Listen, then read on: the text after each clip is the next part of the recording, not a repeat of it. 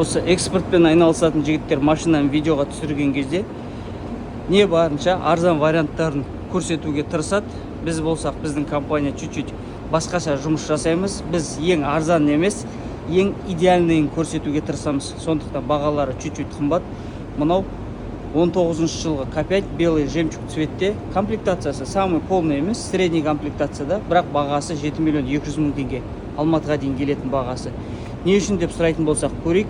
17-лік дисктермен, повторитель поворотника, бесключевой доступ, белый жемчуг цветте. Төбесі панорама. Салонна өтик. Полностью электропакет. Push-старт.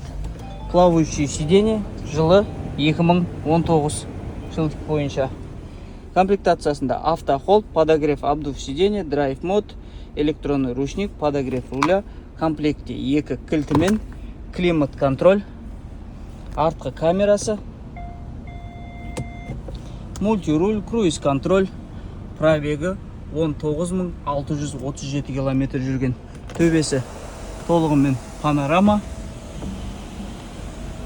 Артқы қатары сиденьенің кожасының өзі, машинаның, рульдің кожасының өзі айтып тұр, что машина почти заводтан кеше ғана шыққан сияқты жағдайда тұр. 7 миллион 200 мың теңге тапсырыс беріңіздер. Бір ай ішінде экспресс доставкамен елге жеткізіп, қазақ номер салып, көмектесіп, қолдарыңызға табыстайтын боламыз. Барлығыңызға сәттілік, армандаған көліктеріңізге қол жеткізіңіздер.